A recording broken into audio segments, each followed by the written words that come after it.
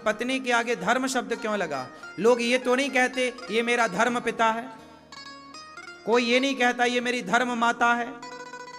जब माता के आगे धर्म नहीं लगा, पिता के आगे धर्म नहीं लगा, ये धर्म भाई है, कोई भाई के आगे धर्म नहीं लगाता, तो फिर पत्नी के आगे क्यों लगता है धर्म पत्नी? और अच्छा भी लग रहा है, ये मेरी धर्म पत्नी है। क्यों मेरी माँ? क्या माँ के आगे धर्म माता लगा? ये मेरी धर्म माता है। क्यों क्यों? माँ के आगे धर्म शब्द नहीं लगा, पिता के आगे धर्म शब्द नहीं लगा, बहन के आगे नहीं लगा, भाई के आगे नहीं लगा, तो फिर पत्नी के आगे क्यों लगा? आप तीनों भाइयों में बड़े भैया ने ठीक बताया, इसलिए बड़े भैया के साथ बैठ के सत्संग किया करो मस्त। इन्होंने बताया कि हमने पत्नी को धर्म पूर्वक स्वीकार किया है, विवाह हुआ, हम भागे नहीं लेकर के, हम चोरी चुपके नहीं भागे, हमने समाज के आगे वेद मंत्रों के साथ, वेदों के उच्चारण के साथ धर्म पूर्वक हमने सारे विधि विधान से एक लड़की को पत्नी के रूप में स्वीकार किया है, धर्म के साथ। जब हमारा विवाह हो रहा था उस समय कौन था? अग्नि साक्षी थी, वेद साक्षी हैं, ब्राह्मण साक्षी हैं और सारा समाज साक्षी है, क्योंकि हमने सारे समाज के सामने वरमाला पहनकर और पहनाकर विवाह किया। तो जो विवाह करते हैं तरीके से धर्म के साथ, वो कह सकते हैं कि ये मेरी धर्म पत्नी है, और जो भाग कर करते हैं वो कभी नहीं कह सकते कि ये मेरी धर्म पत्नी है, क्योंकि तुमने धर्म से विवाह किया ही नहीं। वो धर्म पत्नी कहने के अधिकारी नहीं है जो भाग कर शादियां करते हैं, कोर्ट में शादियां करते हैं, मंदिरों में जाके चुपचाप शादी कर लेते हैं। धर्म तो ये है कि तुम्हारी माँ सामने खड़ी हो आशीर्वाद देने के लिए, तुम्हारा पिता सामने खड़ा हो आशीर्वाद देने के लिए, दादा दादी जिंदा हैं तो वो खड़े हों, नाना नानी जिंदा हैं तो वो खड़े हों आशीर्वाद देने के लिए, गांव के यार दोस्त मित्र खड़े हों।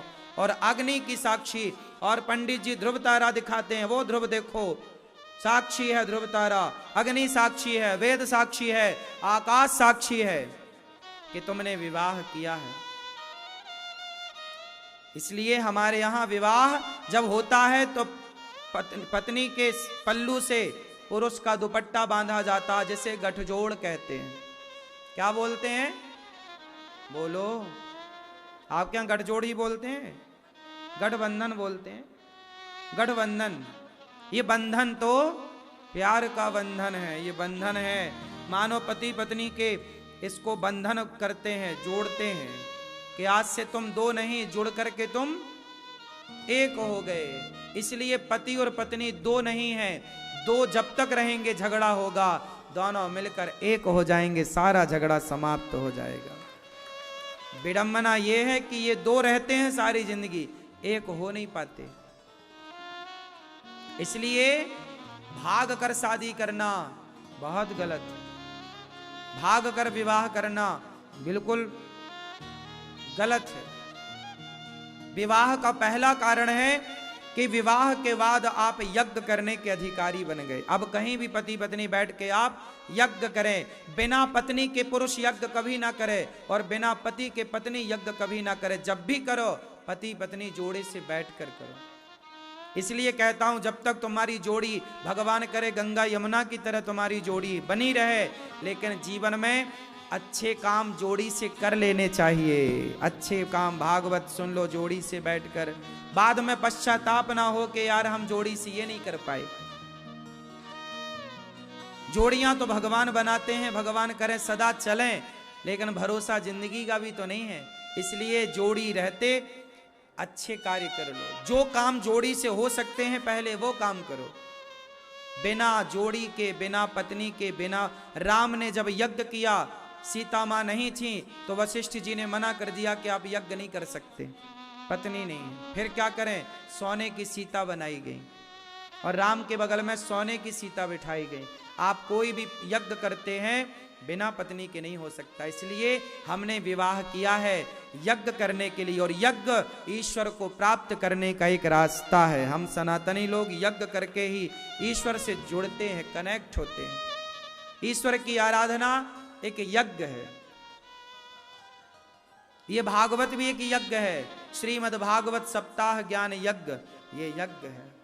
इसलिए भागवत भी जोड़ी है तो जोड़ी से सुनो, नहीं है तो कोई बात नहीं, फिर तो सुनना ही है। अब विवाह का दूसरा कारण बताइए। मैंने एक कारण बताया कि यज्ञ करने के लिए विवाह होता है। विवाह क्यों होता है, दूसरा कारण बताइए। वंश बढ़ाने के लिए। तो वंश तो सुअर भी बढ़ा रहे हैं।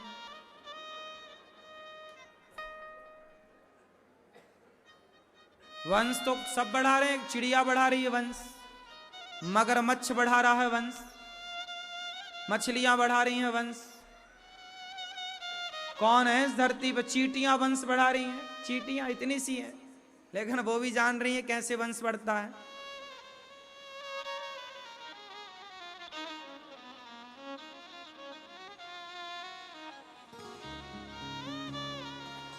आप कह ठीक रहे हो, वंश बढ़ाने के लिए विवाह करते हैं, पर कैसा वंश? इनकी बात सही है। दूसरा कारण यही है कि वंश की वृद्धि के लिए विवाह किया जाता है, लेकिन ये पूरा सही जवाब नहीं है। सही जवाब तब होगा जब आप जिम्मेदारी से ये संकल्प लेंगे कि हम संतान पैदा करने के पहले, आप बच्चा पैदा करने के पहले एक डायरी बनाओ, एक डायरी उठाओ और उसमें लिखो कि आपको बच्चा क्यों पैदा करना है। क्यों? जरा बताओ, आपने बच्चा पैदा क्यों किया? अब उत्तर दो, ये दादाजी बताएंगे। आपके बच्चे हैं, क्यों पैदा किए बच्चे? काहे के लिए? क्या उनसे उम्मीद थी? क्या चाहते हो बच्चों से? हैं? बुढ़ापे का सहारा। इतनी सारी जद्दोजहद इसलिए करी बुढ़ापे में सहारा। शादी ना करते तो शायद बूढ़े ही ना होते। हाँ? शादी करके और जल्दी बूढ़े हो गए।